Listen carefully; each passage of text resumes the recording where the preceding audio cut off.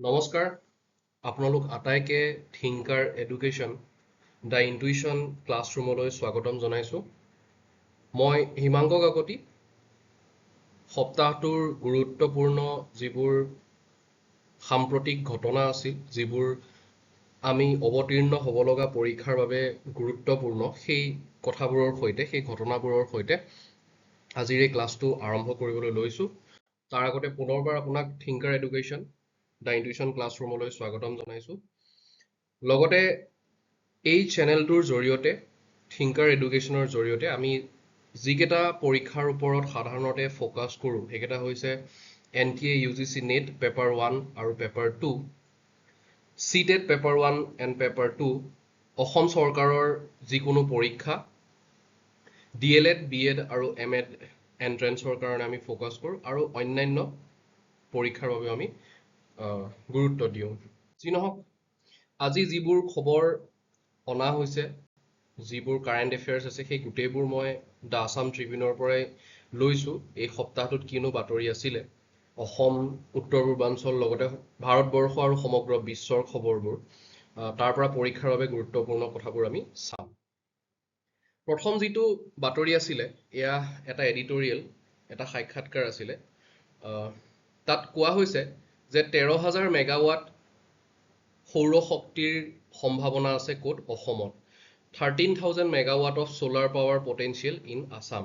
মই লাহে লাহে আগবাঢ়িম বিষয়বোৰ, টপিকবোৰ কৰি যাওঁতে, সেইবোৰ ব্যাখ্যা কৰি যাওঁতে আপোনালোকে 1.5x বা 1.75x ভিডিঅ'টো চালে হয়তো বেছি ভালকে এক্সপিৰিয়েঞ্চ পাব। যি নহওক, ইয়াত কৈছে যে solar power potential in Assam. অসমত 13,000 মেগাৱাটৰ সৌৰশক্তিৰে বিদ্যুৎ আমি উৎপাদন কৰিব পাৰোঁ, য'ত নেকি 7,300 মেগাৱাট কেৱল মাত্ৰ ৰুফটপ সোলাৰ, যে মানুহৰ ঘৰৰ ওপৰত যি সোলাৰ প্লেট লগোৱা হয়, সেই সোলাৰ প্লেটৰ জৰিয়তে আমি 7,300 মেগাৱাট সৌৰশক্তি উৎপাদন কৰিব পাৰোঁ, তেনেকুৱা ধৰণৰ এটা তথ্য ইয়াতে প্ৰকাশ পাইছে। ইয়াৰ লগতে আমি সৌৰশক্তিৰ সৈতে জড়িত চৰকাৰী আঁচনি PM সূৰ্য ঘৰ মুফ্ত বিজলী যোজনা, য'ত 30,000 per kilowatt from center up to 3 kilowatt, 15,000 per kilowatt from Assam government, subsidy capped at 3 kilowatt, billing based on net metering, user are paid for surplus electricity sent to the grid. এইখিনি হয়তো এনেকে চিধা চিধি বুজিবলৈ অকণ অসুবিধা হৈছে। তাৰমানে কোৱা হৈছে যে প্ৰতিখন ঘৰত যদি 3 কিলোৱাট বিজুলী আমি উৎপাদন কৰিব পাৰোঁ, তাৰ যিখিনি সাৰপ্লাছ হৈ যাব, সাৰপ্লাছ মানে তেওঁলোকে ঘৰত ব্যৱহাৰ কৰাৰ পাছত যিখিনি ৰৈ যাব, সেইখিনি আমি পাৱাৰ গ্ৰিডত চেল কৰিব পাৰিম। তাৰ বিপৰীতে আমি কি কৰিব পাৰিম? উপাৰ্জনো কৰিব পাৰিম। Over 21,788 solar rooftop system installed so far. Total capacity added 126 megawatt. Local technician training underway. Solar components manufacturing being promoted in Assam. ঠিক আছে, ফিউচাৰ ৰোডমেপ দিয়া হৈছে। গ'ল কি হয়? প্ৰায় 3 লাখ ইনষ্টলেশ্যন 2026-27 বৰ্ষৰ ভিতৰত কৰা হ'ব। তো ইয়াতে পৰীক্ষাৰ ফালৰ পৰা চাব গ'লে PM সূৰ্য, প্ৰধানমন্ত্ৰী সূৰ্য ঘৰ মুফ্ত বিজলী যোজনা, এই যিখন স্কিম আছে, এই স্কিমখনৰ বিষয়ে অকণমান আপোনালোকে চাই ল'ব। এই কথাখিনি গুৰুত্বপূৰ্ণ আৰু বাকী কথাখিনিও আমি এবাৰ জানি থোৱাটো ভাল। Zoonotic diseases and global health, এয়াও এটা এডিটৰিয়েল আছিলে আছাম ট্ৰিবিউনৰ। প্ৰথমে আমি জানিব লাগিব জুনোটিক ডিজিজ মানে কি। জুনোটিক ডিজিজ মানে সেইবোৰ বেমাৰৰ কথা কোৱা হয়, যিবোৰ বেমাৰ জীৱ জন্তুৰ পৰা মানুহলৈ কি হয়? সংক্ৰমণ হয়। মানুহৰ গালে যিবোৰ বেমাৰ আহে, সেইবোৰক আমি জুনোটিক ডিজিজ বুলি কওঁ। 70% of human infectious disease originate from animal, জুনোচিছ। সেইকাৰণে এই শব্দটো আমি শব্দটো আমি ৰিলেট কৰিব পাৰোঁ জু বা জুঅ'লজি, ঠিক আছে, তাৰ লগতে zoonotic. Human wildlife overlap due to urbanization, deforestation, climate change increases zoonotic spillover risk. এতিয়া আগতে মানুহৰ গালে ইমান বেছি সংক্ৰমণ হোৱা নাছিল, কিন্তু বৰ্তমান সময়ত আমি বেছি দেখিবলৈ পাওঁ। তাৰ কাৰণটো এটা ডিফৰেষ্টেশ্যন, ক্লাইমেট চেঞ্জ, এইবোৰ একোটা কাৰণ। কেইটামান উদাহৰণ দিয়া হৈছে কোনবোৰক জুনোটিক ডিজিজ বুলি আমি কওঁ। যে ভাইৰেল হ'লে rabies, avian flu, swine flu, Ebola, নামবোৰ আমি শুনিয়ে থাকোঁ। প্লেগ আছে, প্লেগ নিগনিৰ পৰা হয়। Carriers, domestic animals, dogs, pigs, poultry, wildlife, birds, reptile, rodents, এইবোৰৰ জৰিয়তে আমাৰ দেহলৈ কি হয়? সংক্ৰমণ হয়। COVID-19 আৰু মাংকি পক্স COVID-19 কথা আমি জানোৱেই যাৰ বাবে COVID-19 কথা নতুনকৈ একো ক'বলগীয়া হয়তো নাই লগতে এই কথাটো চোৱাটো আমি জৰুৰী one health approach one health মানে কি যে জীৱ-জন্তু আৰু মানুহৰ স্বাস্থ্য দুইটা যাতে আমি এক কৰি কি কৰিব পাৰো তাৰ ওপৰত কাম কৰিব পাৰো অৰ্থাৎ মানুহো ভালে থাকিব লাগিব জীৱ-জন্তু সকলো ভালে থাকিব লাগিব কোনে প্ৰমোট কৰে WHO আৰু WOH and FAO year full form ইয়াতে দিয়াই হৈছে World Organization for Animal Health WOAH Food and Agriculture Organization FAO গতিকে এইকেইটা কথাৰ ওপৰত বিশেষ গুৰুত্ব দিব Trinidad and Tobago extends support to India for UNSC permanent membership তো UNSC permanent membership ৰ বাবে Trinidad and Tobago এ কি কৰিছে ভাৰতবৰ্ষৰ permanent membership ৰ বাবে support আগবঢ়াইছে গতিকে হেতু কাৰেন্ট নিউজ যি কি নহওক তাৰ লগত আমি জড়িত বাকিবোৰ কথা চাও Significance কি হয় boost India's global diplomatic effort supports India's bid for 2028-29 UNSC term India already secured support for 2027 and 28 okay PM Modi visit তো Trinidad and Tobago যি আইল্যান্ড আছে যিখন দেশ আছে তাত 1999 পাছত ভ্ৰমণ কৰা ভাৰতীয় প্ৰধানমন্ত্ৰী নৰেন্দ্ৰ মোদী ডাঙৰীয়াই একমাত্ৰ আৰু তাতে তেওঁ কি কৰিছে OCI card 6th generation Indian diaspora এই শব্দকেইটা মই বুজাই দিবলৈ অকন চেষ্টা কৰিম OCI মানে হৈছে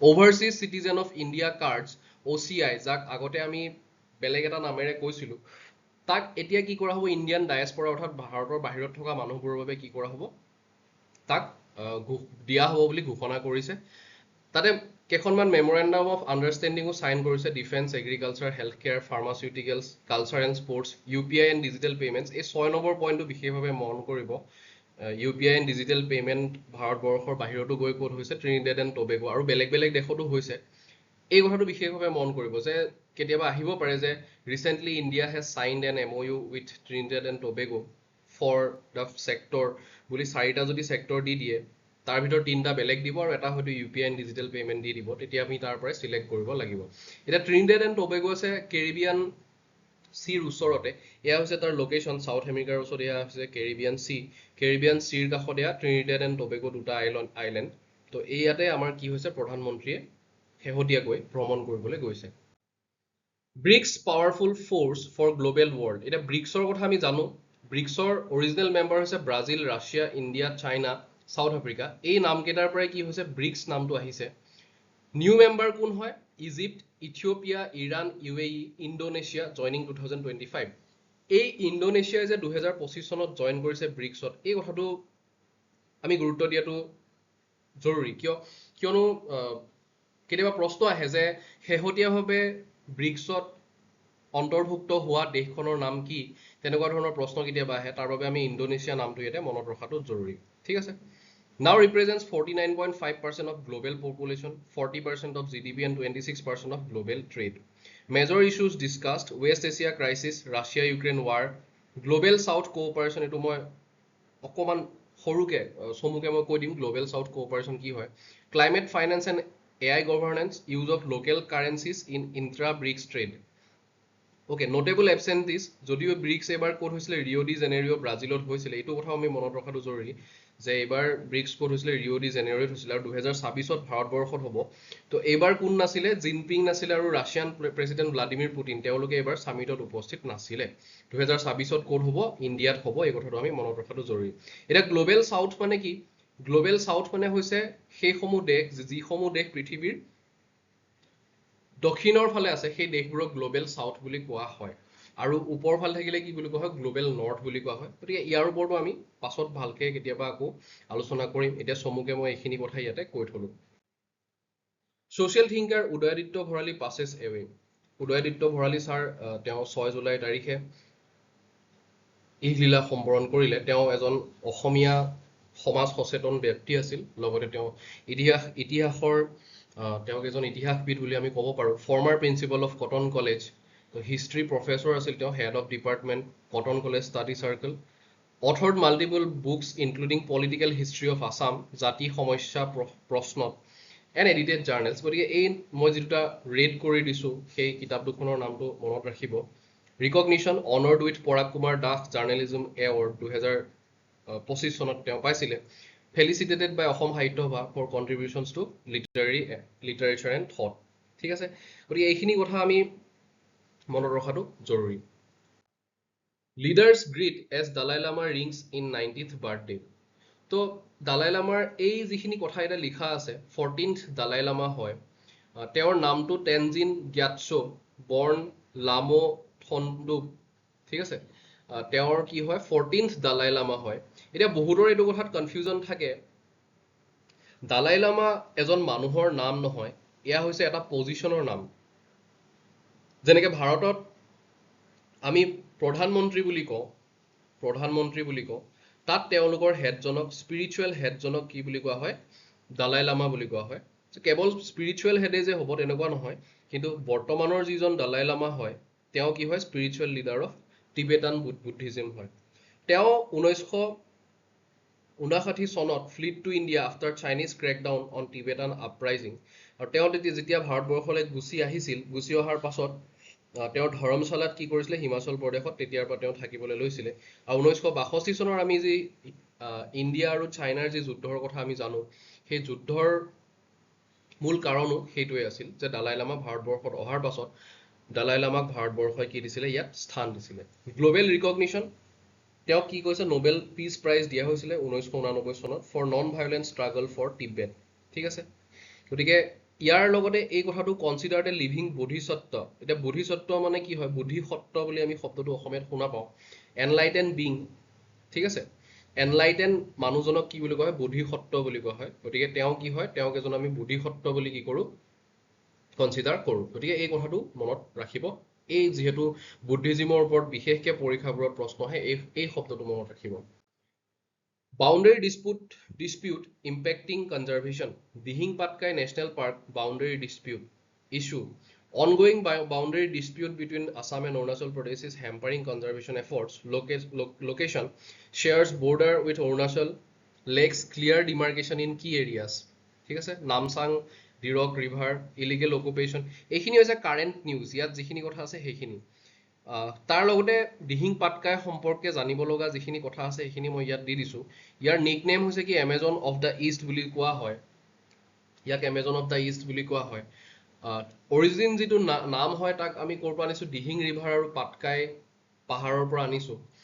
2004 চনত তাক ৱাইল্ড লাইফ চেংচুৰী হিচাপে সংৰক্ষিত বনাঞ্চল হিচাপে ঘোষণা কৰা হৈছিলে আৰু 2021 চনত নেশ্যনেল পাৰ্ক ৰাষ্ট্ৰীয় উদ্যানলৈ তাক উন্নীত কৰা হ'ল ইয়াৰ এৰিয়াটো আমি চাব লাগে কেতিয়াবা পৰীক্ষাত এই এৰিয়া মতেদি ডাঙৰ পৰা সৰুলৈ নেশ্যনেল পাৰ্কসমূহ এৰেঞ্জ কৰিবলৈ কেতিয়াবা আহিব পাৰে অহাৰ চান্স থাকে গতিকে সেইটো আমি জনাটো দৰকাৰ লগতে ইয়াত কেইটা ৰেঞ্জ আছে তিনিটা ৰেঞ্জ আছে মাৰ্ঘেৰিটা ৰেঞ্জ জয়পুৰ ৰেঞ্জ আৰু চৰাইপুং ৰেঞ্জ ঠিক আছে ডিব্ৰুগড় আৰু তিনিচুকীয়া দুইখন ডিষ্ট্ৰিক্টতে আছে দিহিং পাটকাই সেইটো মনত ৰাখিব গতিকে এই কথাখিনি আমি মনত ৰখাটো জৰুৰী কাৰেণ্ট যিটো নিউজ সেইটো ইমান জৰুৰী নহয় তাৰ লগত জড়িত বাকী কথাখিনি আমি বেছিকৈ মন দিয়াটো জৰুৰী ভগদত্ত ফ্লাইঅভাৰ মুখ্যমন্ত্ৰী হিমন্ত বিশ্ব শৰ্মাই 6 জুলাই তাৰিখে ইনগুৰেশ্যন কৰিলে ইয়াৰ যিখিনি সাধাৰণ তাৰ কথাখিনি ইয়াতে দিয়া আছে কিন্তু তাৰ লগতে ভগদত্ত কোন আছিল আৰু কিয় আছিল সেইখিনি আমি জনাটো দৰকাৰ তেওঁ দীঘলী পুখুৰী খন্দাইছিলে কিয় ভানুমতীৰ বিবাহৰ বাবে আৰু কালে বিয়া দিছিলে দুৰ্যোধনলৈ দিছিলে son of Naraka name of his elephant was Supratika fought for Kaurava in the Kurukshetra war আৰু তেওঁ কি হৈ আছিলে ভৌমা ডাইনাষ্টিৰ আছিলে এইকেইটা কথা আপোনালোকে মনত ৰাখিব ঠিক আছে সুগন্ধি পখিলাৰ কবি হিৰুদা ৰিমেম্বাৰ্ড হীৰেণ ভট্টাচাৰ্য তেওঁক আমি কি বুলি জানিছিলোঁ সুগন্ধি পখিলাৰ কবি কিয় কাৰণ এই সুগন্ধি পখিলা কিতাপখন তেওঁ লিখিছিল এখন খুব জনপ্ৰিয় কিতাপ শইচৰ পথাৰ মানুহ এই কিতাপখনৰ বাবে তেওঁ কি পাইছিলে সাহিত্য একাডেমী পাইছিলে 1992 চনত he was the poetry editor of the Assamese magazine Prantik for over 3 decades প্ৰায় 30 বছৰৰ বাবে তেওঁ প্ৰান্তিকৰ কি আছিলে কবিতাৰ সম্পাদক আছিলে তেওঁ 4 জুলাই 2012 চনত তেওঁ ইহিলীলা সম্বৰণ কৰে আৰু হিৰুদাৰ যিবোৰ কবিতা সেই কবিতাবোৰ পঢ়িলে সঁচাকৈ আমাৰ সকলোৰে ভাল লাগে আৰু তেওঁৰ কবিতাই মানুহৰ হৃদয়ত কম্পন তুলিব পাৰে যেনে এইটো এটা কবিতা মই ইয়াতে দি দিছোঁ যে তুমিতো জানাই এই কবিৰ আৰু একো নাই এটাই মাথো কামিজ তাৰো চিগু চিগু চিলাই প্ৰেম নিশ্চয় এনেকুৱাই আৱৰণ খুলি হৃদয় জোৰাই লগতে মৃত্যুটো এটা শিল্প, জীৱনৰ কঠিন শিলত কটা এটা নিৰ্লোভ ভাস্কৰ্য। এনেকুৱা ধৰণৰ যিবোৰ কবিতা হেৰুদাৰ, সেই কবিতাই হেৰুদাক চিৰস্মৰণীয় কৰি ৰাখিছে, তেওঁক কবিতা প্ৰেমীৰ মাজত, অসমীয়াৰ মাজত তেওঁক সদায় জীয়াই ৰাখিছে। গতিকে অকণমান সাধাৰণ তেওঁৰ বিষয়ে জানিব লগা কেইটামান কথা ইয়াতে দি দিলোঁ, যিহেতু তেওঁৰ মৃত্যুৰ দিনটো উদযাপন কৰা হৈছে, তেওঁক মনত পেলোৱা হৈছে। শ্যামাপ্ৰসাদ মুখাৰ্জী, তেওঁৰ বিষয়ে তেওঁৰ যি 125th 125তম বাৰ্থ এনিভাৰ্চাৰী পালন কৰা হৈছে, তাৰ লগত জড়িত কেইটামান কথা, তেওঁৰ লগত জড়িত কেইটামান কথা দিছোঁ। যে প্ৰিকাৰ্চৰ অফ বিজেপি, ভাৰতীয় জনসংঘ, তাৰ তেওঁ কি আছিলে, ফাউণ্ডাৰ আছিলে। তেওঁ আৰ্টিকল 370ক সদায় বিৰোধিতা কৰিছিলে, one country, one head, one flag, one constitution. এতিয়া আৰ্টিকল 370 আমি সকলোৱে জানো কাশ্মীৰৰ সৈতে জড়িত। তেওঁ যেতিয়া মিনিষ্টাৰ অফ ইণ্ডাষ্ট্ৰিজ হৈ আছিলে and supply, help establish Chittaranjan locomotive works, Sindri fertiliser factory, Hindustan aircraft factory, এইবোৰ তেওঁ মিনিষ্টাৰ অফ ইণ্ডাষ্ট্ৰিজ হৈ থাকোঁতে এইবোৰ তেওঁ কি কৰিলে, এই কামবোৰ তেওঁ কৰিছিল। A nation builder, educationist and freedom fighter. ঠিক আছে, এয়া তেওঁৰ কি কেনেধৰণে তেওঁৰ বাৰ্থ এনিভাৰ্চাৰী পালন কৰা হৈছে নৰ্থ ইষ্টত, সেই সম্পৰ্কে দিয়া হৈছে। ঠিক আছে। ভালচাৰ, নেচাৰ্ছ গাৰ্জিয়ানছ অন দ্য ব্ৰিংক, এটা এডিটৰিয়েল আহিছিলে আছাম ট্ৰিবিউনত, তাৰ ওপৰত অকণমান দিছোঁ। ইয়াত এটা নাম বিশেষকৈ আপোনালোকে মন কৰিব, ফুলেশ্বৰী দত্ত।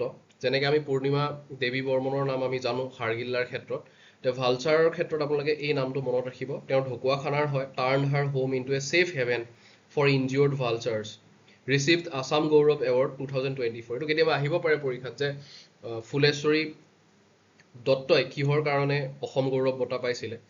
ঠিক তেনেকৈ অসমে ভালচাৰ কনজাৰভেশ্যনৰ ক্ষেত্ৰত কাজিৰঙা আৰু বাক্সা টাইগাৰ ৰিজাৰ্ভ, তাত কি কৰা হৈছে, ভালচাৰ ৰিকভাৰীৰ কাৰণে বিশেষ ষ্টেপ লোৱা হৈছে, বিশেষ পদক্ষেপ লোৱা হৈছে। বাক্সা টাইগাৰ ৰিজাৰ্ভখন ৱেষ্ট বেংগলত আছে। Efforts now supported by BNHS and local communities. তাৰ লগতে ভালচাৰ ছেফ জ'ন, ডাইক্ল'ফেনাক, যিটো ডাইক্ল'ফেনাক নামৰ এটা ড্ৰাগ আছে, ভেটেনেৰী ড্ৰাগ, সেই ভেটেনেৰী ড্ৰাগ যেতিয়া জীৱ জন্তুবোৰৰ ক্ষেত্ৰত ব্যৱহাৰ কৰা হয় আৰু পিছত জীৱ জন্তুবোৰ মৰি যায়, পিছত সেই মৰাশটোকে শগুনে যেতিয়া ভক্ষণ কৰে, তেতিয়া শগুনৰ কি হয়, মৃত্যু হয়। আৰু তাৰ বাবে কি হয়, সেইবাবে শগুন কি হৈছে, ভালচাৰ কি হৈছে, এইবাবে কমি আহিছে আমাৰ প্ৰকৃতিত। সেই কথাটোৰ ওপৰত বিশেষভাৱে গুৰুত্ব দি ডাইক্ল'ফেনাকৰ ব্যৱহাৰ ক্ৰমান্বয়ে কমাই অনা হৈছে। সেয়া হৈছে এটা গুৰুত্বপূৰ্ণ পদক্ষেপ। আৰু এই ভালচাৰসমূহ কিয় থকাটো জৰুৰী, কাৰণ nature's clean up crew, feed on dead animals, prevent disease spread, spike in rabies and infections. Okay, তাৰমানে কি হয়, যদি এই শগুনবোৰ থাকে, ভালচাৰ্ছবোৰ থাকে, ভালচাৰ্ছে কি কৰে, গোটেই প্ৰকৃতিখন কি কৰে, ক্লিন কৰি ৰাখে, পৰিষ্কাৰ কৰি ৰাখে। সেইবাবে ভালচাৰ থকাটো খুব বেছি জৰুৰী। Kaladan project to be ready by 2027, Sarbananda Sonowal ডাঙৰীয়াই এই কথাটো কৈছে। তেওঁ সেই সম্পৰ্কে এটা ষ্টেটমেণ্ট দিছে, সেইটোৱে হৈছে current news. Kaladan project to boost NE connectivity by 2027। তেওঁ port, shipping and waterways minister হয়, তেওঁ কেবিনেট মিনিষ্টাৰ। আৰু এই কালাদান মাল্টিমডেল প্ৰজেক্টনো কি হয়, তাৰ বিষয়ে এই দুখন মেপ আমি বুজি পালেই হৈ যাব।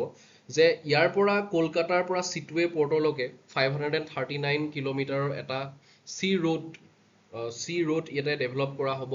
ইয়াৰ জৰিয়তে জাহাজ ইয়ালৈকে আহিব। চিটৱে পৰ্ট ভাৰতবৰ্ষৰ এটা বিদেশত থকা এটা পৰ্ট, যিটো ম্যানমাৰত আছে। ঠিক তেনেকৈ চাবাহাৰ পৰ্ট ক'ত আছে, ইৰাণত আছে। এই পৰ্টটোৰ জৰিয়তে ইফালে কালাদান ৰিভাৰ হৈ পেলাই ক'লে আহিব, আমাৰ মিজোৰামলৈ আহিব। তাৰ পৰা আমি শিলচৰলৈকে কানেক্টিভিটি আমি কৰিব পাৰিম। গতিকে এই ৰাস্তাটোৰ নামে হৈছে কি, কালাদান মাল্টিমডেল প্ৰজেক্ট। ইয়াৰ কথাখিনি আপোনালোকে স্ক্ৰীনশ্বট এটা লৈ বুজি ল'ব। আৰু এই কালাদান মাল্টিমডেল প্ৰজেক্টৰ ছিগনিফিকেঞ্চ এয়াই যে এই ঠাইখিনিক আমি ভাৰতবৰ্ষৰ চিকেন নেক বুলি কওঁ। এই চিকেন নেক কিয় আমাৰ বাবে থ্ৰেট, কাৰণ ইফালে আছে বাংলাদেশ, ওপৰ ফালে আছে নেপাল, ইফালে ভূটান আছে, আৰু ওপৰ ফালে চাইনা আছে। গতিকে এই 18 কিলোমিটাৰ ৰেঞ্জৰ এই ঠাইখিনি আমাৰ বাবে সদায় কি হয়, এই ঠাইখিনি খুব বেছি গুৰুত্বপূৰ্ণ হয়। আৰু লগতে এই ঠাইখিনিৰ প্ৰতি কিছুমান ভাবুকিও সৃষ্টি হয়। চাইনা আৰু বাংলাদেশে কেতিয়াবা ভাবুকি দি থাকে। গতিকে তেনেকুৱা সময়ত যাতে আমি তাক কাউণ্টাৰ কৰিব পাৰোঁ, তাৰ এটা ষ্ট্ৰেটেজি হিচাপে, ভাৰতৰ ষ্ট্ৰেটেজিক এটা মুভ হিচাপে এইটো হৈছে কি, কালাদান প্ৰজেক্ট। গতিকে এই বিষয়ে আমি জনাটো খুব বেছি জৰুৰী আৰু লগতে আপকামিং টাৰ্মিনেলছ কি আছে যোগীঘোপাৰ যি টাৰ্মিনেল হৈ আছে সেইটো কথা আমি সকলোৱে জানো ধুবুৰী বিশ্বনাথ ঘাট বগীবিল শিলঘাট কৰিমগঞ্জ পাণ্ডু এই গোটেইবোৰত ডেভেলপ কৰা হৈছে আমি দেখিবলৈ পাইছো যে সৰ্বানন্দ সোণোৱাল ডাঙৰীয়া পোৰ্ট এণ্ড শ্বিপিং এণ্ড ৱাটাৰৱেজৰ ইউনিয়ন মিনিষ্টাৰ কেবিনেট মিনিষ্টাৰ হোৱাৰ পাছত তেওঁ এই ক্ষেত্ৰত বিশেষ ভূমিকা গ্ৰহণ কৰিছে Meghalaya's Sohra, considered world's wettest place, records a third of rainfall in June. তাৰমানে চহৰা অৰ্থাৎ চেৰাপুঞ্জী মেঘালয়ত কি হৈছে লাহে লাহে বৰষুণ কমি আহিছে আৰু সেই বৰষুণ কমি অহাটো আটাইতকৈ যি ঠাইত আটাইতকৈ বেছি বৰষুণ হয় সেই ঠাইতে কি হৈছে বৰষুণ লাহে লাহে কমি আহিবলৈ লৈছে গতিকে এইটো এটা ক্লাইমেটৰ ফালৰ পৰা আমাৰ এটা খুব জৰুৰী কনচাৰ্ণ হয় যদি তাত কমি আহে সেইটো আমাৰ বাবে খুব বেছি চিন্তনীয় বিষয় গতিকে কমাৰ কাৰণবোৰ কি climate change shifting monsoon pattern deforestation rising temperature urbanisation tourism pressure গতিকে এই গোটেই কাৰণবোৰৰ বাবে কি হৈছে চহৰত লাহে লাহে বৰষুণ কমি আহিছে এই কথাখিনি আপোনালোকে মনত ৰাখিব লগতে চহৰা বা চেৰাপুঞ্জী যে ৱৰ্ল্ডছ ৱেটেষ্ট প্লেচ হয় সেই কথাটো মনত ৰাখিব ৰেয়াৰ টাৰ্টল ৰেস্কিউড এট কামপুৰ তো কামপুৰত কি কৰিছে ৰেয়াৰ গল্ডেন টাৰ্টল ৰেস্কিউ কৰা হৈছে ইয়াত আপোনালোকে বাকীবোৰ কথা এবাৰ চাই ল'ব ওপৰে যে ক'ত কৰা হৈছে এই এনেকুৱা ধৰণৰ যিবোৰ বাতৰি থাকে কাৰেণ্ট এফেয়াৰ্ছ থাকে সেইবোৰ পৰীক্ষাত চিধা প্ৰশ্ন আহি যায় যে ৰেয়াৰ গল্ডেন টাৰ্টল ক'ত ৰেস্কিউ কৰা হৈছিল বা ক'ত দেখিবলৈ পোৱা হৈছিল গতিকে এনেকুৱা ধৰণৰ প্ৰশ্ন আহে এইবাৰ APSCৰ পৰীক্ষাত আমি দেখিবলৈ পাইছোঁ এডাল গল্ডেন মাৰ্বল কেট ক'ত পোৱা গৈছিলে ক'ত দেখা গৈছিলে তো সেইটো চিধা প্ৰশ্ন আহিছে দিহিং পাটকাইৰ উত্তৰ আছিলে গতিকে তেনেকুৱা ধৰণৰ প্ৰশ্ন আহে যিকোনো পৰীক্ষাতে ডাইৰেক্টলি আহি যায় ৰিচেণ্টলি বুলি শব্দটো ব্যৱহাৰ কৰিব তাতে গতিকে এইবোৰ কথা চিধা মনত ৰাখি থোৱা জৰুৰী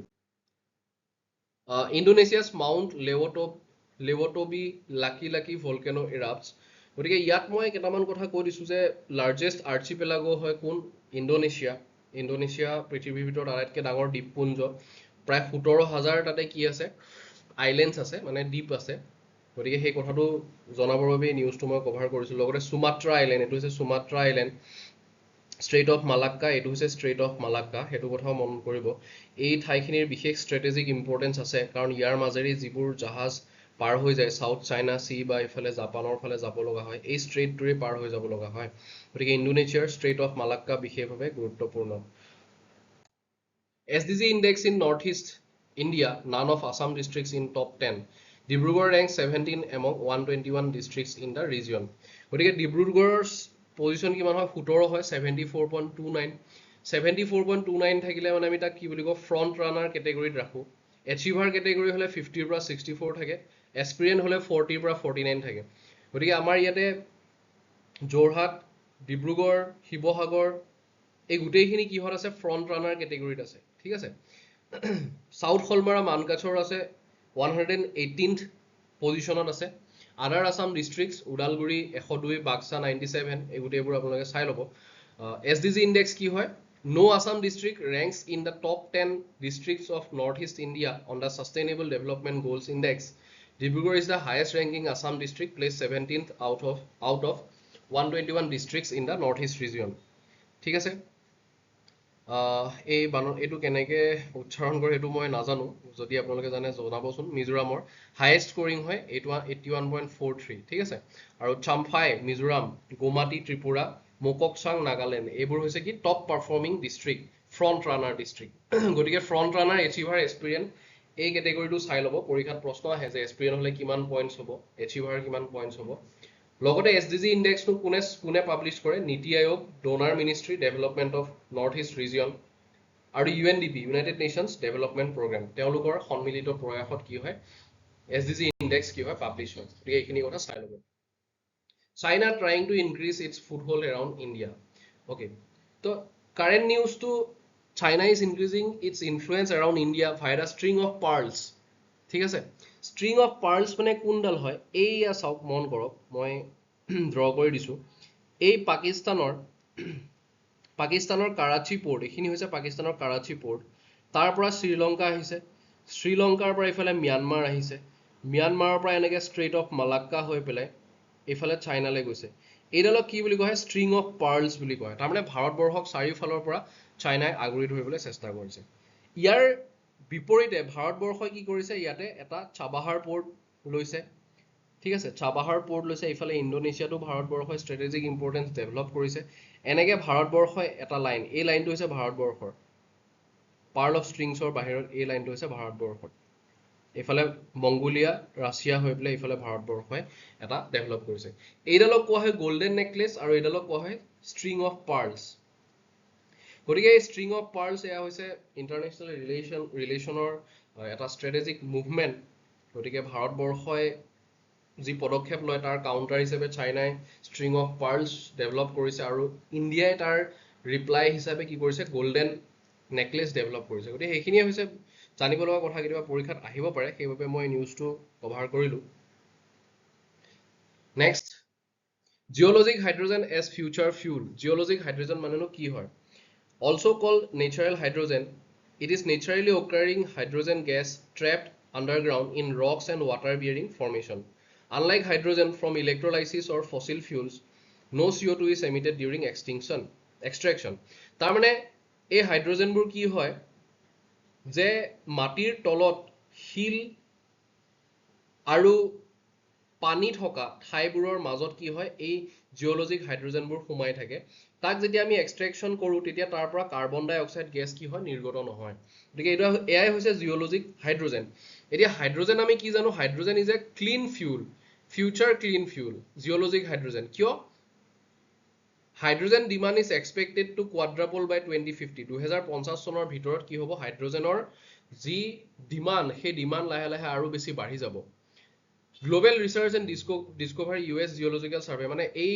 যিটো এডিটৰিয়েল সেই এডিটৰিয়েলত যিখিনি কথা আছিলে সেই কথাখিনিয়ে মই ইয়াতে চুটিকে লিখি আনিছোঁ তাৰ লগতে discovered in places like Russia Mali US Australia France Oman Spain Colombia south Korea এই ঠাইবোৰত কি হৈছে ৰিচেণ্টলি জিঅ'লজিক হাইড্ৰজেন ডিস্কভাৰ হৈছে CSIR NEIST is working on hydrogen extraction from boron bearing rocks.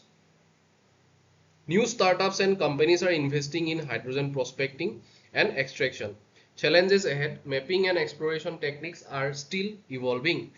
গতিকে এইবোৰ হৈছে ইয়াৰ লগত জড়িত কিছুমান কথা ঠিক আছে গতিকে আমি নেক্সট স্লাইডলৈ যাওঁ জিঅ'লজিক হাইড্ৰজেন কি হয় সেইটো আপোনালোকে জানি থ'ব কেনেকৈ জৰুৰী সেইটো কথাও জানি থ'ব Sumi tribe of Nagaland celebrates Tuluni festival.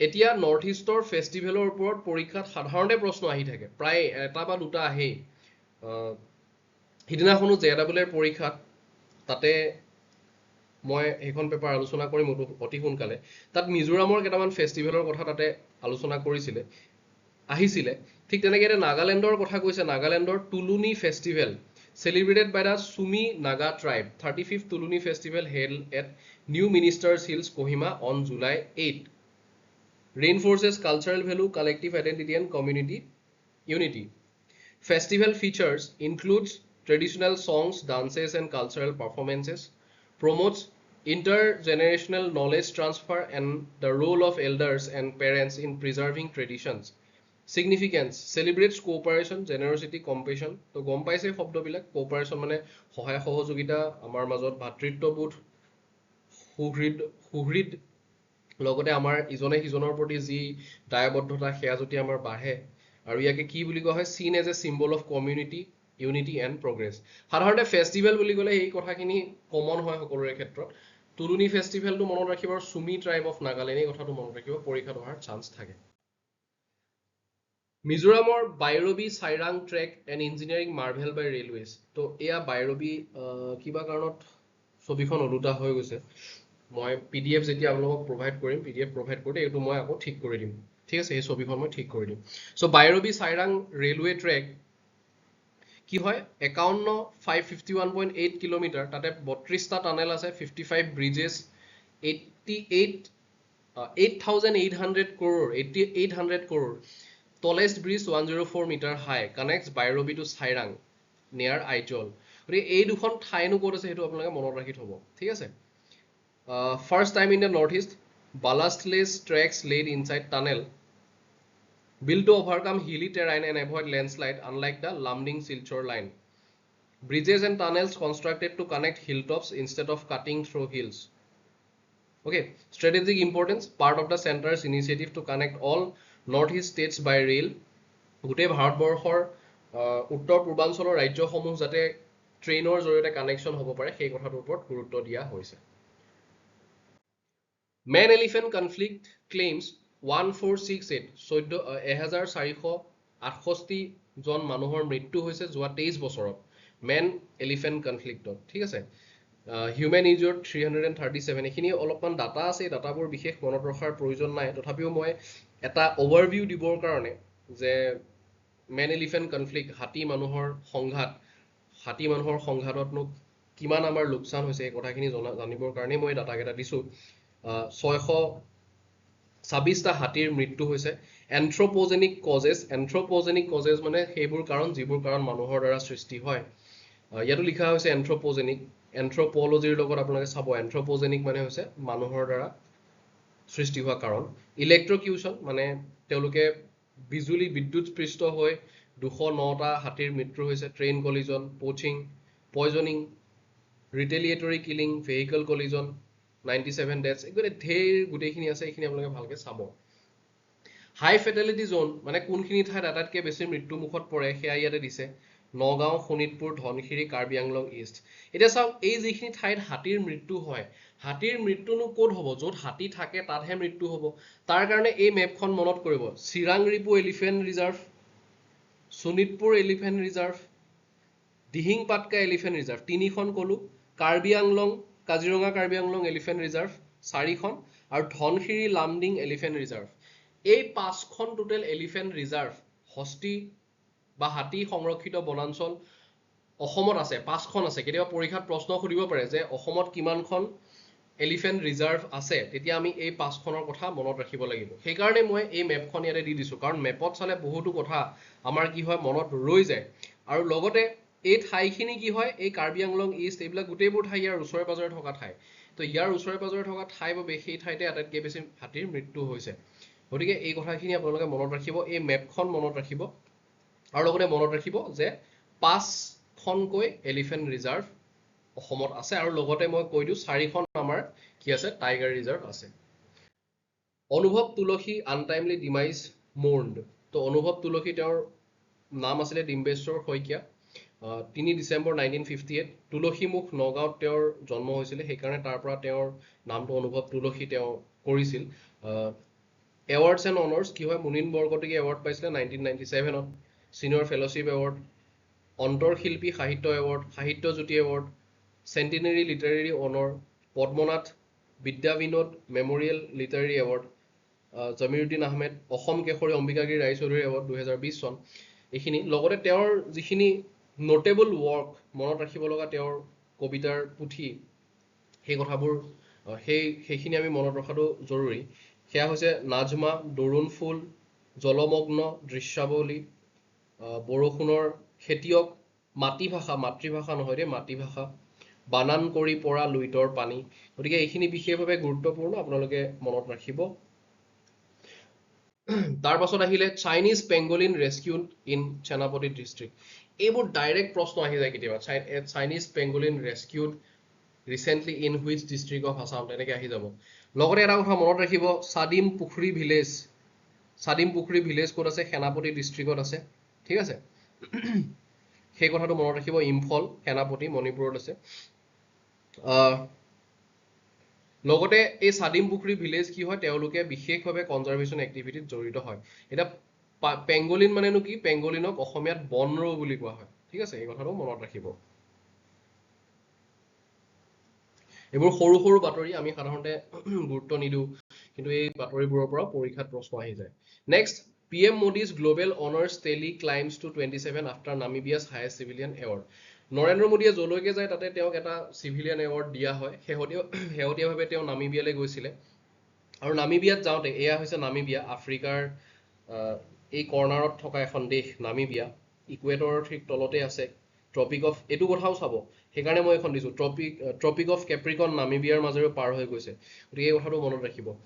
Tropic of Capricorn ঠিক আছে tropic of Cancer tropic of Capricorn তো আফ্ৰিকা এখন এনেকুৱা মহাদেশ যাৰ মাজেৰে ইকুৱেটৰ ট্ৰপিক অফ কেঞ্চাৰ আৰু ট্ৰপিক অফ কেপ্ৰিকৰ্ণ গোটেই এখন গৈছে মকৰ সংক্ৰান্তি ৰেখা অসমীয়াত ঠিক আছে গতিকে নামিবিয়াৰ মাজেৰে ট্ৰপিক অফ কেপ্ৰিকৰ্ণ গৈছে ওকে সেয়া বাৰু আমি জিঅ'গ্ৰাফিৰ কনটেক্সটো অকণমান চাই ল'লো তাৰ লগতে PM মোদীয়ে তালৈ যাওঁতে কি হৈছে তেওঁলোকৰ হায়েষ্ট চিভিলিয়ান এৱাৰ্ড দিয়া হৈছে আৰু এতিয়ালৈকে কিমানটা মোদীয়ে পালে 27টা তেওঁ কি পালে 27টা চিভিলিয়ান এৱাৰ্ড পাইছে 27টা এৱাৰ্ড পাইছে বিভিন্ন দেশে তেওঁক দিছে প্ৰধানমন্ত্ৰীক okay The award is the 27th global honor for PM Modi, including the Grand Collar of the National Order of the Southern Cross from Brazil. Brazilতো তেওঁ গৈছিলে ব্ৰাজিলতো তেওঁ এটা কি পাইছে এৱাৰ্ড পাইছে The ceremony took place at the Heroes Acre of Namibia's capital, Windhoek. গতিকে এইটো মনত ৰাখিব নামিবিয়াৰ কেপিটেল কি হয় এইটো মনত ৰাখিব ঠিক আছে গতিকে এইখিনি হৈছে ইয়াৰ পৰা জানিব লগা কথা National Board for Wildlife OK's Brahmaputra Tunnel. Okay, National Board for Wildlife approves Brahmaputra Tunnel project. The Brahmaputra Tunnel project ki hoy? To the proposed tunnel across the Brahmaputra River connecting Gohpur and Numaligarh. However, the committee has requested a scientific analysis of the project's potential impact. গতিকে Numaligarh আৰু গহপুৰক connect কৰি ব্ৰহ্মপুত্ৰত এটা কি কৰা হ'ব tunnel কৰা হ'ব ঠিক আছে সেই কথাটো কোনে এপ্ৰুভ কৰিছে নেশ্যনেল বৰ্ড ফৰ ৱাইল্ড লাইফে কৰিছে আৰু a human animal conflict mitigation and wildlife conservation management plan must be prepared ঠিক আছে mitigation মানে হৈছে যে তাৰ ফলত সৃষ্টি হ'ব পৰা যিখিনি আমাৰ লোকচান সেইখিনি সৈতে আমি কেনেকৈ মিলি থাকিম সেই কথাখিনিৰ ওপৰত যাতে আমি গুৰুত্ব দিব পাৰো সেই কথাটোৰ ওপৰতো গুৰুত্ব দিয়াৰ বাবে মেনেজমেন্ট প্ল্যান তৈয়াৰ কৰাৰ বাবে কোৱা হৈছে The National Tiger Conservation Authority has recommended the proposal for approval subject to certain conditions. The decision on altering the boundary of Pabitra Wildlife Sanctuary has been deferred. Pabitra Wildlife Sanctuary ji boundary alter kora kotha hoisile hekhini ki hoise defer kora hoise ta cancel kora hoise. The project involves about 13.77 hectares of forest land within the tiger corridor of Kaziranga Tiger Reserve in Golaghat district. ঠিক আছে eco sensitive জোনৰ কথা কোৱা হৈছে eco sensitive জোনৰ বিষয়ে আমি অলপ পাছত ডিসকাস কৰিম issuance of Bangladesh visas see 60% fall in Assam তাৰমানে যি বাংলাদেশী ভিসা ইস্যু কৰা হয় সেই ইস্যুৰ কি হৈছে 60% কমি গৈছে ঠিক আছে এতিয়া Guwahati Bongaigaon Silchar that previously processed 50 to 55 visas daily are now issuing only 15 to 18 per day তো এখন বাংলাদেশ যেহেতু ইয়াৰ স্ট্ৰেটেজিক ইম্পৰ্টেন্স আছে ভাৰতবৰ্ষৰ সৈতে অসমৰ সৈতে সেইবাবে মই দেখাই দিছো লগতে এইটো কথা কি হৈছে যে বাংলাদেশী ভিসা কি হৈছে কমি আহিছে ওকে তাৰ কাৰণ আমি এইটো ক'ব পাৰো যে বৰ্তমান বাংলাদেশত এখন কি আছে কেয়াৰটেকাৰ গভৰ্ণমেণ্ট আছে মোহাম্মদ ইউনাছৰ আন্ডাৰত ইয়াত হয়তো মই ক'ৰবাত লিখিছো নামটো মোহাম্মদ ইউনাছ যেহেতু তাৰে কেয়াৰটেকাৰ গভৰ্ণমেণ্ট আৰু বাংলাদেশত বহুতো কি হৈ আছে এয়া চাওক essential goods like fish LPG cement cold drinks crushed stones and garments have been exempted from restrictions. The decline in visa issuance is partly attributed to the fall of the Sheikh Hasina government in Bangladesh and India's new trade restriction on Bangladeshi exports. তাৰমানে কি হয় বাংলাদেশৰ ওপৰত আমি trade export কিছুমান লগাইছো ৰেষ্ট্ৰিকশনছ লগাইছো সেয়াও এটা কাৰণ লগতে শেখ হাসিনা সৰকাৰ যেতিয়া তাত ডাউন হল ডিক্লাইন হল তাৰ পাছত বহুতো আমি তাতে সংঘাত দেখিবলৈ পাইছো নেক্সট ইকো সেনসিটিভ জোনৰ কথা কৈছে তো ইকো সেনসিটিভ জোন মানে কি হয় ইকো সেনসিটিভ জোন মানে সেইবোৰ ঠাই কোৱা হয় এয়া চাওক ESZs are buffer zones around protected forest wildlife sanctuaries and national parks to protect wildlife and biodiversity from harmful human activities like mining construction and pollution ঠিক আছে তাৰ মানে কি হয় ধৰক এয়া হৈছে কোৰ এৰিয়া ইয়াত কি থাকিব মেইন নেশনেল পাৰ্কখন থাকিব বা ৰিজাৰ্ভ ফৰেষ্ট আৰু তাৰ বাহিৰত কি হয় এইখিনিত মানুহ অহা যোৱা কৰিব পাৰে এই ঠাইখিনি এই সাৰ্কেলটো তো ইয়াক আমি ইকো সেনসিটিভ জোন বুলি কওঁ তাত আমাৰ বেলেগ এক্টিভিটিজ এলাউড নহয় just human mild activities allowed হয় তো সেইখিনি কথাকে জনাবৰ কাৰণে মই এই যেটো নিউজ সেই নিউজটো মই কভাৰ কৰিছিলো Delhi government to release all documents related to MISA used during emergency তো MISA মানেনো কি তো MISA হৈছে এখন act maintenance of internal security act ঠিক আছে এটো হৈছে ইয়াৰ full form MISA maintenance of internal security 1975 চনৰ পৰা 77 চনলৈ যেতিয়া ভাৰতবৰ্ষত জৰুৰীকালীন অৱস্থাৰ ঘোষণা কৰা হৈছিল ইন্দিৰা গান্ধীৰ প্ৰধানমন্ত্ৰীত্বৰ সময়ত, সেই সময়ত এই আইনখনৰ জৰিয়তে কি কৰা হৈছিলে, বহুতো মানুহক ডিটেইন কৰা হৈছিলে, এৰেষ্ট কৰা হৈছিলে, যেনে জয়প্ৰকাশ নাৰায়ণ, মোৰাৰজী দেশাই, অটল বিহাৰী বাজপেয়ী, LK আদৱানী। তো এই দুজনৰ নামটো আপোনালোকে ভালকে জানেই। Morarji Desai was the first non কংগ্ৰেছী prime minister of India. Jayaprakash Narayan, so' তেওঁলোককো কি কৰা হৈছিলে, এৰেষ্ট কৰা হৈছিলে এই আইনখনৰ জৰিয়তে। গতিকে এই আইনখন বৰ্তমান নাই, ঠিক আছে, এই আইনখন বৰ্তমান নাই। বৰ্তমান আফস্পা বুলি এখন আইন আছে আৰু কেইখনমান আইন আছে, এই সম্পৰ্কে আমি বিশেষ আলোচনা কৰিম। গতিকে ইমাৰ্জেঞ্চি পিৰিয়ডটো কেতিয়া হৈছিলে সেইটো আমি জনাটো দৰকাৰ। আৰু লগতে ভাৰতবৰ্ষত ইমাৰ্জেঞ্চি এতিয়ালৈকে 3বাৰ ঘোষণা কৰা হৈছে। প্ৰথম কৰা হৈছিলে 1962 চনত, তাৰপিছত 1971 চনত, আৰু শেষত 1975 চনত ইমাৰ্জেঞ্চি ডিক্লেয়াৰ কৰা হৈছিলে ভাৰতবৰ্ষত। গতিকে এই কথাখিনি আমি মনত ৰাখিব লাগে, ঠিক আছে। ক্ৰিটিচিজম অফ মিছা প্ৰভিজনছ এলাউইং প্ৰিভেন্টিভ ডিটেনশ্যন উইদাউট চাৰ্জ অৰ ট্ৰায়েল আৰ ৱাইডলি ক্ৰিটিচাইজ। যে উইদাউট চাৰ্জ বা ট্ৰায়েল আমি এজন মানুহক এৰেষ্ট কৰি ৰাখিব পাৰোঁ এই আইনখনৰ অধীনত। গতিকে তেনে এখন আইন, হঠকাৰী আইন কি কৰা হ'ল, 1978 চনত তাক কি কৰা হ'ল, আঁতৰাই দিয়া হ'ল। যেতিয়া জনতা পাৰ্টি কি হ'ল, জনতা পাৰ্টিৰ চৰকাৰ হ'ল, তেতিয়া তাক আঁতৰাই দিয়া হ'ল। অ'কে, আজি শেষৰটো topic, world population day observed. World population day কেতিয়া হয়, 11 জুলাই হয়, ঠিক আছে, 11 July. Established by UNDP, United nations Development Programme, in 1989। তো 1990 চনত প্ৰথম ইয়াক পালন কৰা হৈছিলে। To focus attention on the urgency and importance of population issues. তো ইয়াৰ অবজেক্টিভ কি হয়, raise awareness about global population issues, promote reproductive health and family planning, highlight challenges like over population, maternal health, gender equality and sustainable development. গতিকে এই কথাখিনি আমি বিশেষভাৱে গুৰুত্ব দিয়াটো জৰুৰী, ঠিক আছে। Family planning awareness via campaigns like Sarathi van, এই কথাবোৰ মনত ৰাখিব যে চৰকাৰে কি ধৰণৰ পদক্ষেপ লৈছে, বা involvement of stakeholder, ASHA, anganwadi workers, UHCs, students, এই কথাবোৰ মনত ৰাখিব, ঠিক আছে। তো ইণ্ডিয়া বৰ্তমান ৱৰ্ল্ডছ মষ্ট পপুলাছ কাণ্ট্ৰি, সেই কথাটো মনত ৰাখিব, ঠিক আছে। অ'কে, তো এইখিনিয়ে আছিলে আজি আমাৰ আলোচনা কৰিবলগীয়া। ক্লাছটো শেষ কৰাৰ আগতে দুটামান সৰু সৰু এনাউন্সমেণ্ট দি দিওঁ। এটা হৈছে, প্ৰত্যেক সপ্তাহতে আমি এনেকৈ সপ্তাহটোৰ যিবোৰ মূল বাতৰি থাকে, বাতৰি নহয় আচলতে, যিখিনি কাৰেণ্ট এফেয়াৰ্ছ থাকে, যিবোৰ ইছ্যুজ থাকে, সেই ইছ্যুজবোৰ আমি আনিম। পৰীক্ষাত কেনেকুৱা ধৰণেনো আহে, পৰীক্ষাতনো কোনবোৰ কথা আহে, সেই কথাবোৰ জানিবৰ কাৰণে আমি বিতংভাৱে আলোচনা কৰিম। তো ইয়াৰ যিটো PDF, সেই PDFটো একলগ কৰি সম্পূৰ্ণ 1 মাহৰ এটা PDF আনিবলৈ চেষ্টা কৰিম। তো তাৰ কাৰণে আপোনাক যদি PDFটোৰ দৰকাৰ হয়, তেতিয়াহ'লে মোৰ এই নাম্বাৰটো 6001409166 মই ইয়াতে লিখি দিছোঁ। ইয়াত আপোনালোকে কণ্টেক্ট কৰিব মান্থলি কাৰেণ্ট এফেয়াৰ্ছৰ বাবে।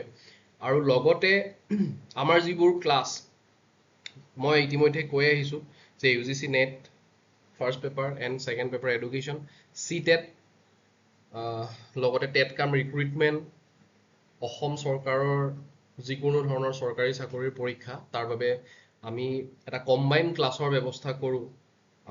আপোনাক যিকেইটাৰ প্ৰয়োজন সেইকেইটা আপুনি ল'ব পাৰে। ইতিমধ্যে ক্লাছবোৰ আমাৰ হৈ আছে, আমি 5 জুলাইৰ পৰা আৰম্ভ কৰিছোঁ। আৰু তাত যোগদান কৰিবৰ বাবে আমি মান্থলি আমি 500 ৰুপিজ এটা লওঁ, মান্থলি 500 ৰুপিজ লওঁ। আৰু যদি আপুনি একেবাৰে 6 মাহৰলৈকে ল'ব পাৰে, কাৰণ 6 মাহ সেইটো কাৰণেই, কাৰণ CTET আৰু UGC নেট এনেকুৱা দুটা পৰীক্ষা, তাৰ পৰীক্ষাসমূহ সদায় জুলাই আৰু ডিচেম্বৰত হয়। গতিকে জুলাইৰ পৰা ডিচেম্বৰলৈকে 6 মাহৰ ডিউৰেশ্যনত যি 3000 হয়, সেইটোক আমি 2500 কৰি পেলাই লওঁ। আৰু লগতে বাকীবোৰ পৰীক্ষাৰ বাবে আপোনাৰ ইয়াতে কাভাৰেজ হৈ যাব, একেলগে গোটেইখিনি পৰীক্ষা। গতিকে সেয়া যদি আপোনালোকে বিচাৰে, তেতিয়াহ'লে মোক এই নাম্বাৰটোত কণ্টেক্ট কৰিব পাৰে। PDFসমূহ সকলো প্ৰভাইড কৰা হ'ব। তো বিফলতাই কোনো অজুহাত নামানে, সফলতাৰ ব্যাখ্যা প্ৰয়োজন। আপুনি যদি সফল হৈছে, কাকো ক'বৰ প্ৰয়োজন নাই যে আপুনি কিয় সফল হ'ল। আৰু বিফল হ'লে আমি সদায় মনে মনে থকাই ভাল, তাত কোনো অজুহাত দি লাভ নাই। টেলিগ্ৰাম চেনেলটো ছাবস্ক্ৰাইব কৰিব, আমি তাতে PYQবোৰ ডিছকাছ কৰোঁ। ইনষ্টাগ্ৰাম হিমাংক কাকতি, ইউটিউবত থিংকাৰ এডুকেশ্যন আৰু হিমাংক কাকতি দুইটা নামতে পাব, ঠিক আছে। এইটো আমাৰ টেলিগ্ৰাম চেনেল। আকৌ লগ পাম অহা সপ্তাহত। আমি আকৌ এনেকৈ সপ্তাহটোৰ কাৰেণ্ট এফেয়াৰ্ছখিনি লৈ আহিম, গুৰুত্বপূৰ্ণ কথাখিনি ডিছকাছ কৰিম। আৰু বাকীবোৰ ভিডিঅ'ৰ বাবে আমাৰ চেনেলটো চাই থাকিব। ধন্যবাদ, আকৌ লগ পাম।